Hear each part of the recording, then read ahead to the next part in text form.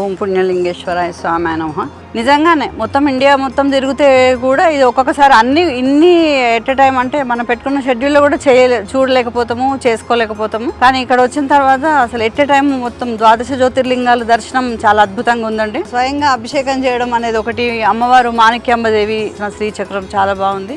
వస్తున్న భక్తులందరూ కూడా కొంచెం తలా ఒకరు తోచింది కనుక ఇస్తే కనుక ఇంకా తొందరగా డెవలప్ అయ్యి అందరికీ అందుబాటులో ఉంటుంది. ఇది టెంపుల్ చాలా బాగుందండి, బ్రహ్మాండంగా ఉంది. ఏకకాలంలో ద్వాదశ జ్యోతిర్లింగాలు చూసి అనుభూతిని తరించడం అని అంటారు కదా, అది ఈరోజు నిజంగా బాగుంది, చాలా బ్రహ్మాండంగా ఉంది.